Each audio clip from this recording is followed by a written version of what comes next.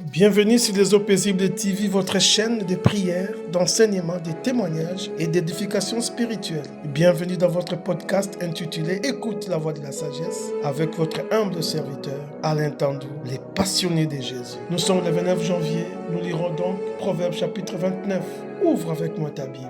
Un homme qui mérite d'être repris et qui raidit les coups sera brisé subitement et sans remède. Quand les justes se multiplient, le peuple est dans la joie. Quand les méchants dominent, le peuple gémit.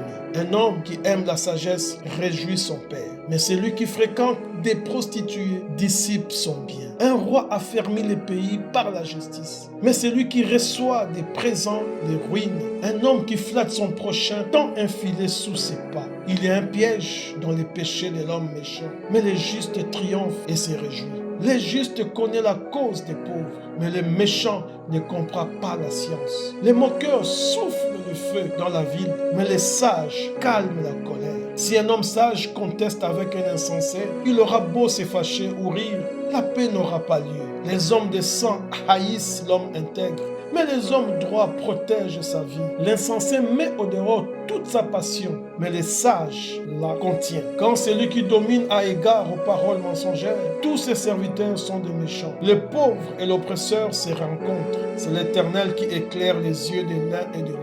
Un roi qui juge fidèlement les pauvres aura son trône affermi pour toujours. La verge et la correction donnent la sagesse, mais l'enfant livré à lui-même fait honte à sa mère. Quand les méchants se multiplient, les péchés s'accroissent, mais les justes contempleront leur chute. Châtie ton fils, et il te donnera du repos, et il procurera des délices à ton âme. Quand il n'y a pas de révélation, le peuple est sans frein. Heureux s'il observe la loi. Ce n'est pas par des paroles qu'on châtie un esclave. Même s'il comprend, il n'obéit pas.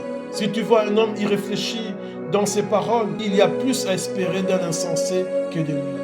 Le serviteur qu'on traite mollement de l'enfance finit par se croire un fils. Un homme colère excite des querelles et un furieux commet beaucoup de péchés. L'orgueil d'un homme l'abaisse, mais celui qui est humble d'esprit obtient la gloire. Celui qui partage avec un voleur est un ennemi de son âme. Il entend la malédiction et il ne déclare rien. La crainte des hommes tend un piège, mais celui qui se confie en l'Éternel est protégé. Beaucoup de gens recherchent la faveur de celui qui domine, mais c'est l'Éternel qui fait droit à chacun. L'homme inique est en abomination aux justes, et celui dont la voie droite est en abomination aux méchants. Soyez bénis, que la sagesse divine devienne votre guide au nom de Jésus.